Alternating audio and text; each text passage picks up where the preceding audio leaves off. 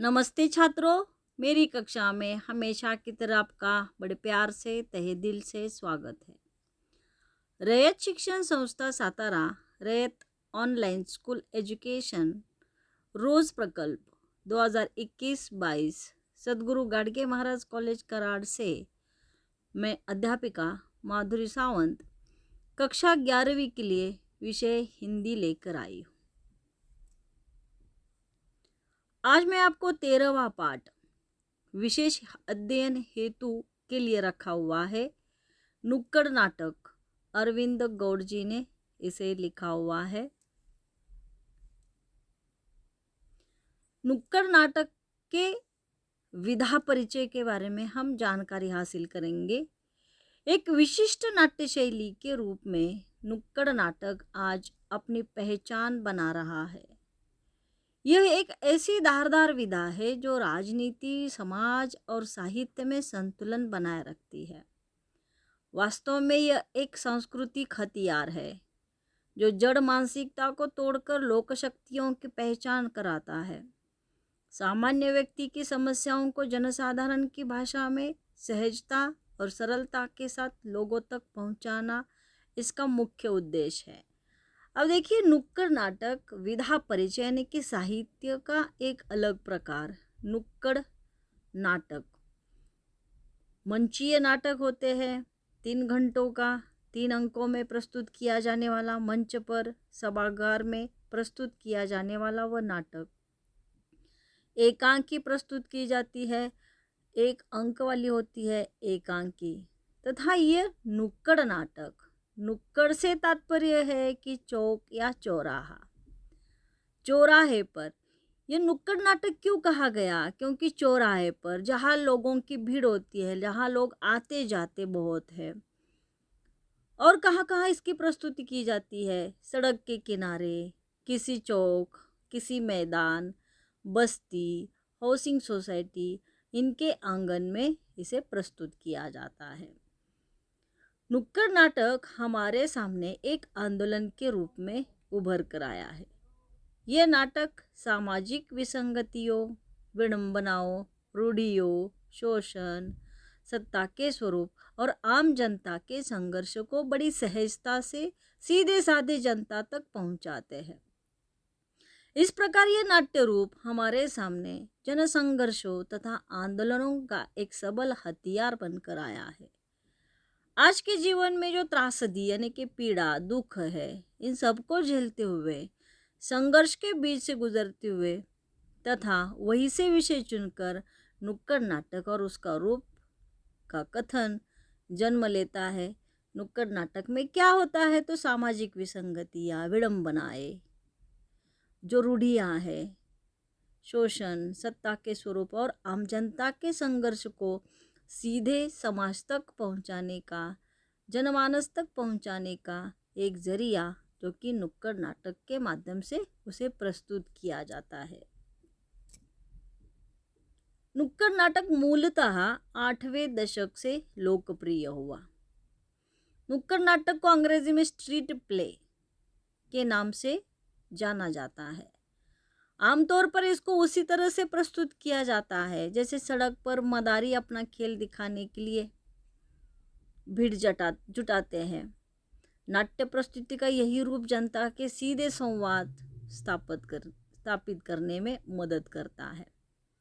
नुक्कड़ नाटक आमतौर पर बेहद सटीक और संक्षिप्त होते हैं, क्योंकि सड़क के किनारे स्वयं रुककर नाटक देखने वाले दर्शक जो होते हैं, उनके पास ज़्यादा समय नहीं होता है या वो ज़्यादा देर तक हम उनको रोक कर नहीं रख सकते हैं। अब इस नुक्कड़ नाटक को हमारे प्रसिद्ध रंगकर्मी स्वर्गीय सफदर हाशमी जी ने इसे देशव्यापी पहचान दिलाने में सबसे बड़ा महत्वपूर्ण काम किया है। इसलिए उनका जन्मदिन 12 अप्रैल को नुक्कड़ नाटक दिवस के रूप में मनाया जाता है। नुक्कड़ नाटक में न तो कोई अंक परिवर्तन होता है, न कोई दृश्य परिवर्तन होता है। उसके लिए वेशभूषा, केशभूषा नहीं बदली जा सकती, न ही ज़्यादा लंबा समय तक उसे प्रस्तुत किया जाता है। इसे सड़क के किनारे, चौराहे पे प्रस्तुत किया जाता है। इसलिए नुक्कड़ नाटक लंबे या दीर्घ नहीं होते हैं। मूलतः जो मंच पर मतलब सभागार में लंबे और दीर्घ नाटक प्रस्तुत किए जाते हैं उसके लिए साज सज्जा, नेपथ्य, ध्वनि संयोजन, महंगा मंच सेट आदि के साथ इमारत के अंदर सभागार आवश्यक होता है। परंतु नुक्कड़ नाटक खुली जगह में बिना किसी साज सज्जा के ही खेले जाते हैं। अब यहाँ पे तुलना की गई है, देखिए कि नुक्कड़ नाटक कैसे प्रस्तुत किया जाता है। नुक्कड़ नाटक के साथ साथ जो मंच पर प्रस्तुत किया जाने वाला नाटक उसके लिए कौन कौन सी बातों की आवश्यकता होती है। तो यहाँ पे तुलना के रूप में अगर सवाल उठता है तो ये भी आप अच्छी तरह से ध्यान में रखिएगा। नुक्कड़ नाटक में नाट्य मंडली और दर्शकों में कोई दूरी नहीं होती, बल्कि सारे अभिनेता दर्शक समुदाय के बीच गोलाकार रंगस्थल बनाकर अपना नुक्कड़ नाटक खेलते हैं। हिंदी नाटक साहित्य में नुक्कड़ नाटक प्रमुख रूप से लिखने वाले नाटककार और उनके नाटक इस प्रकार है। जैसे लेखकों के नाम है कि नुक्कड़ नाटक लिखने वाले लेखक कौन कौन से हैं। आप लोगों के ये भी सवाल उठता है, नुक्कड़ नाटक लिखने वाले लेखकों के नाम लिखिए या याद रखिएगा जानकारी के लिए। शब्दराशि तो है ही, गुरुशरण सिंह है, नरेंद्र मोहन, शिवराम, ब्रजमोहन, सुरेश वशिष्ठ, असगर वजाहत, राजेश कुमार आदि। नुक्कड़ नाटक समाज परिवर्तन हेतु सकारात्मक उद्देश्य को केंद्र में रखते हुए निरंतर प्रदर्शित करने वाली अनेक नाट्य संस्थाएं कार्यरत है। जैसे इससे थोड़ी देर पहले मंच पर प्रस्तुत किया जाने वाला नाटक तथा नुक्कड़ नाटक दोनों में क्या फ़र्क होता है यह भी हमने आप लोगों को बता दिया। भारतीय जनजीवन के लिए 8वां दशक जो है समाज, राजनीति, आर्थिक, सांस्कृतिक दृष्टि से विभिन्न समस्याओं से भरा था। आज भी हमारे सामने समस्याएं कम है ऐसी बात नहीं है। आज भी हम लोगों के सामने बेरोजगारी है, अशिक्षा है, असुरक्षितता है, नैतिक मूल्यों का पतन है, गलत रूढ़ियाँ है, महंगाई है, भ्रष्टाचार है, मौलिक अधिकारों का हनन है तथा नई बीमारी के बारे में। किसान मजदूरों को शोषण आदि जो साहूकार गरीबों का शोषण करता है, यह अकराल विकराल रूप धारण किया नुक्कड़ नाटक था।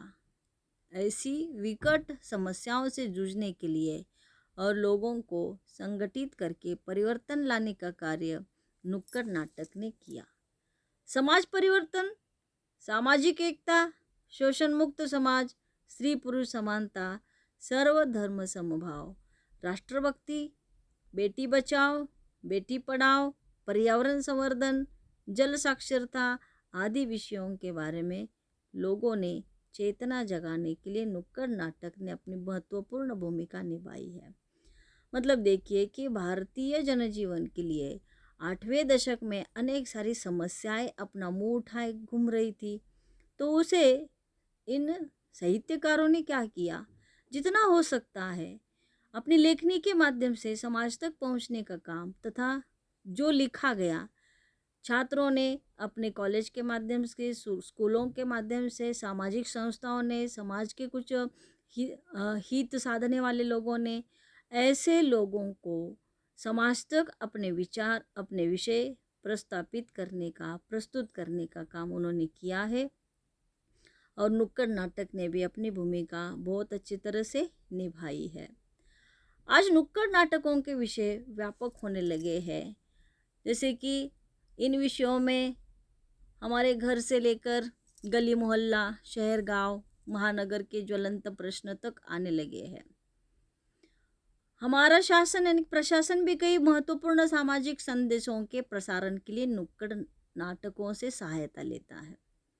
जब पानी की समस्या है, रक्तदान को बढ़ावा देने की बात है, प्लास्टिक बंदी, प्रौढ़ साक्षरता, बेटी बचाओ बेटी पढ़ाओ तथा आज हम लोगों के सामने बहुत यानी कि लसीकरण, कोविड-19 या जो 2 साल से उसने कहर किया है, तो उसके बारे में जानकारी देना, देहातों में जाके, शहरों में, चौराहे पे, स्कूल कॉलेजों में जाके, सोसाइटियों में जाके इन नुक्कड़ नाटकों ने बहुत बढ़िया तरीके से अपनी सामाजिक जिम्मेदारी निभाने का काम किया है। तो प्रेरणाप्रद विषयों पर नुक्कड़ नाटक जनहितार्थ के लिए वो प्रस्तुत किए जाते हैं। लोगों तक मतलब समाज तक बात सहजता से पहुंचाना इसका मूल उद्देश्य है। हर एक व्यक्ति को जब भीतर से किसी बात की चुभन अनुभव होती है, तभी वह अपने जीवन में भीतर से अपने अंतर्मन से बदलने के लिए तैयार होता है।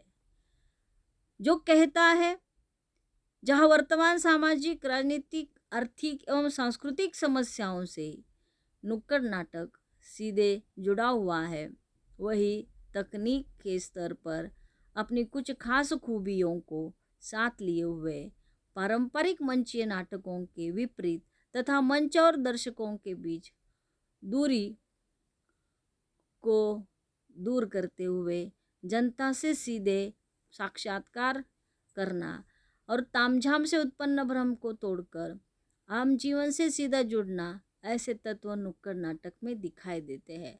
मतलब यहाँ पे जैसे आप लोग मंचीय नाटकों को देखने के लिए जाते हैं तो वहाँ पे 3 घंटों के लिए बहुत महंगे टिकट होते हैं। अभिनय देखने के लिए उनके विषय अलग होते हैं, कलाकार होते हैं, उन कलाकारों को, उनके विषयों को, उनके अभिनय को देखने के लिए आप चले जाते हैं। लेकिन नुक्कड़ नाटक में ऐसी कोई बात नहीं होती है। जहाँ पर प्रेक्षक जो होता है रास्ते पर आता जाता रहता है, जिनको विषय अच्छा लगता है वह खड़ा होके वहाँ पे खड़े खड़े देखता रहता है। अच्छा लगता है तो वो खड़े खड़े वहाँ पे बड़ी बारीकी से उनके विषयों को समझने की कोशिश करता है। भारत में नुक्कड़ नाटकों की शुरुआत जो है सामाजिक आवश्यकता के रूप में हुई है। सामाजिक परिवर्तन की आवश्यकता को देखते हुए जो अनिष्ट रूढ़ियाँ हैं तथा परंपराएं हैं, उन पर चोट करते हुए इन नाटकों को उपयोग में लाया गया तथा हमारे शासकीय प्रशासकीय कोई अव्यवस्था के प्रति मनुष्य जनमानस असंतुष्ट है तो उसे जनमानस तक अपने अधिकारों के लिए जागरूक करने का काम नुक्कड़ नाटकों के माध्यम से किया गया है। धीरे धीरे नुक्कड़ नाटक जो है एक नाटक कला की एक महत्वपूर्ण शैली के रूप में अपना स्थान बना चुकी है। अब इनकी विशेषताएं हैं जैसे तात्कालिकता। अब तत्कालीन यानी कि तत्कालीन विषयों को उठाना। आज की तत्कालिक समस्या हम लोगों के सामने है कोविड-19 के उस विषाणु से, उस बीमारी से, संसर्गजन्य बीमारी से दूर रहना है, अपने आप को सुरक्षित रखना है, उसके लिए सावधानी बरतनी है। अनेक सारे तत्कालीन विषयों को उठाना, चाहे वो राजकीय, आर्थिक, सामाजिक कोई भी हो। ऐसी घटना, ऐसी समस्या का वर्तमान जीवन पर सीधा असर होता है, उस समस्या का प्रस्तुतिकरण करना। गतिशीलता यानी कि इसकी विशेषता दूसरी है कि वह गतिमान होना चाहिए। जो आपने विषय चुना है, इस बात का ध्यान रखा जाता है कि यह प्रवाहमय धारा में विषय, पात्र तथा दर्शक तेजी से आगे बढ़ते हैं, उसमें गति होती है। क्योंकि नाटक देखने के लिए जो खड़े खड़े लोग हैं, प्रेक्षक हैं, सुनने वाले हैं, वह इस विषय को बहुत ही थोड़े समय में इसे जानने की कोशिश करते हैं। तीसरी विशेषता है अचूक लक्ष्य। जब इस लक्ष्य की तरफ हमारा ध्यान जाता है तो पारंपरिक रूढ़ियों द्वारा किए जा रहा शोषण है, अनाचार है या समाज में अव्यवस्था है, तो उन सब की तरफ हम लोगों को अचूक लक्ष्य साधना चाहिए, विषय को उठाना चाहिए, समाज के सामने उसे प्रस्तुत करना चाहिए। जैसे दहेज प्रथा है, स्त्री भ्रूण हत्या है, ये भी एक समस्या है। इस समस्या की तरफ लोगों का ध्यान आकृष्ट करना, नए नए कायदों को समाज के सामने प्रस्तुत करना कि कितनी उम्र में लड़की का ब्याह करना चाहिए। आज कानून ने बता दिया है कि यह उम्र लड़की की आजकल 21 की गई है, 18 से बदलकर 21 की गई है और लड़कों की उम्र शादी के लायक 23 की गई है। मतलब देखिए कि पहले कम उम्र में ब्याह हुआ करता था, लेकिन ऐसे ऐसे विषयों को अचूक लक्ष्य में रखते हुए समाज में ये जन जागरूकता करना। संक्षिप्तता ये चौथी विशेषता है। नुक्कड़ नाटक में संक्षिप्तता का तत्व अनिवार्य है, क्योंकि लंबे लंबे संवाद या विषय का विस्तार इन नाटकों को उबाऊ बना देता है, मतलब परेशान कर देता है। लोग वहाँ पे रुकना नहीं चाहते हैं। नुक्कड़ नाटक जितना छोटा सा होगा, छोटे छोटे संवाद होंगे, उतने ही लोग आपके संवादों की तरफ और अधिक प्रभावित हो जाएंगे। सहज भाषा और व्यंग्य शैली ये पांचवी विशेषता है। नाटककार नुक्कड़ नाटक को प्रायः सहज भाषा और व्यंग्य शैली में प्रस्तुत करता है। 20-25 मिनट में किसी गंभीर समस्या का जनभाषा में प्रस्तुतिकरण नुक्कड़ नाटक की यही है स्वाभाविकता और रोचकता को बढ़ावा देता है। देखिए कि तात्कालिकता, गतिशीलता, अचूक लक्ष्य, संक्षिप्तता, सहज भाषा और भी हैं जो कि आप लोगों को हम बताने वाले हैं। तो कुल मिलाकर आज की तासिका के लिए बस इतना ही। धन्यवाद।